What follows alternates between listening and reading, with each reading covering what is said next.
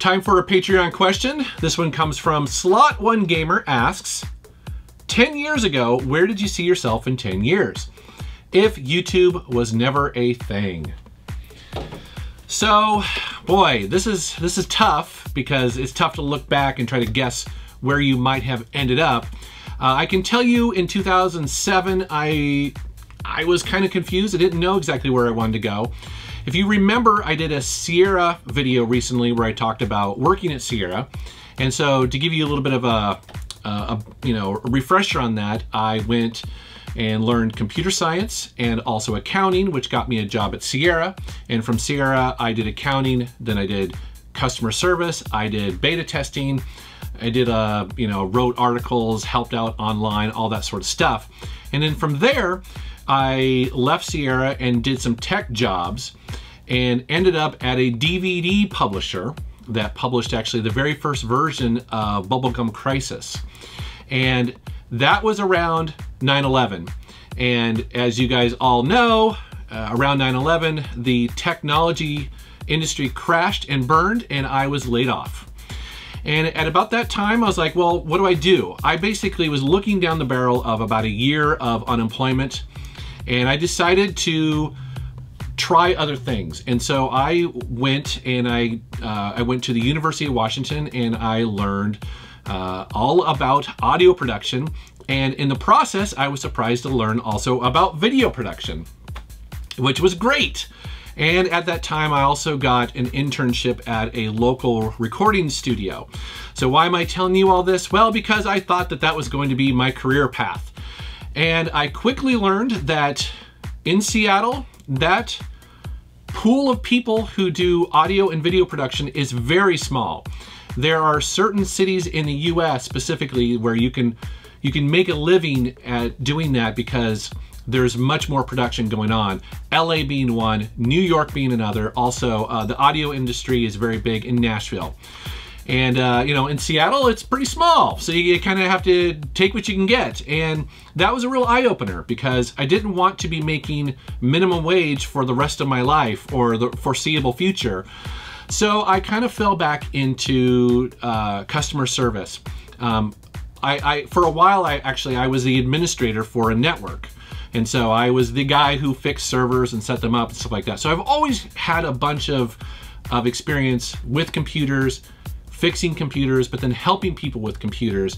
And so my wife actually hooked me up with a real estate technology company here in Seattle.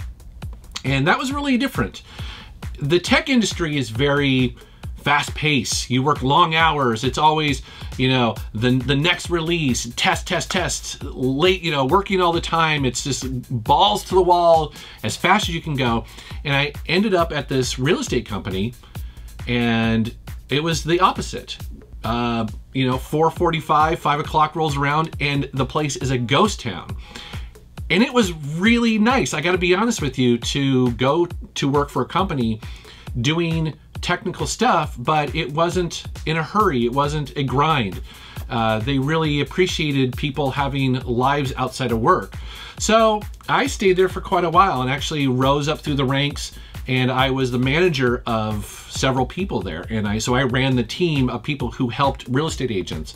And so around 2007, that's kind of what I was doing. But I've always been passionate about audio and video. On my YouTube channel here, I actually have posted some home movies I've shot where, as late as, or as early as junior high. To give you an idea that typically when family would come and visit me here in Seattle, I would shoot home movies and I would send them on their way with sort of like their, the best of their holiday experience here in Seattle. And so I've always really had a passion for video and audio. Also too, I mentioned going and studying audio production. Well, I recorded my band. My theme song is, mostly me. I've got a bunch of songs that I've recorded. I've recorded friends, I've recorded demos for strangers and all that sort of stuff. So I've always had my hands in that sort of world and I really love it. My time at a recording studio was amazing, learning how microphones work and how video effects and audio effects work, Pro Tools, that sort of stuff, setting up microphones on drum kits. So I've kind of been all over the place. And then along comes YouTube. And I'm able to apply a lot of those skills to YouTube, and it's just worked out great. So, but your question is, what would happen if I didn't do YouTube? Well, I think the answer is that I would probably still find myself falling into video production somewhere.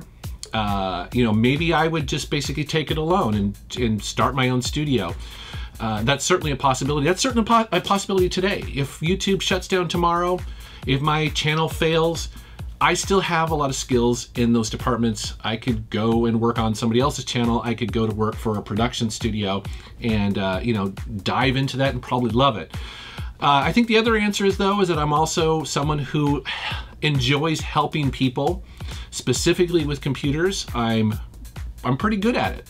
I've been doing it for a long time. And so, you know, it's funny because I've mentioned this before, but growing up as a kid in the 80s with computers back then were so complicated.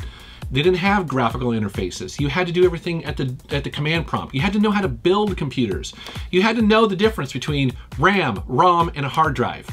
And so I always thought that by now that everyone would know how computers work and everyone would be super technical. And the truth is, that's not the case. Computers are much easier to use now, and so in many ways they're even a bigger mystery to the end user. And I don't necessarily think that's a bad thing, but what that does is it opens it up for people to help other people with their computers, their networks, their applications, whatever, that sort of stuff. And so I've always been very good at that. So I probably could just fall back into a customer service help desk management position. I think that's a skill that I have and I could always do.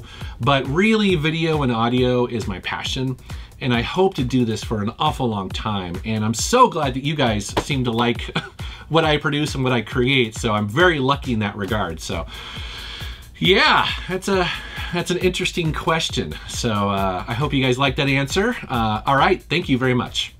This question was asked by one of my Patreon contributors who helps support my YouTube channel and help shape the content of my videos.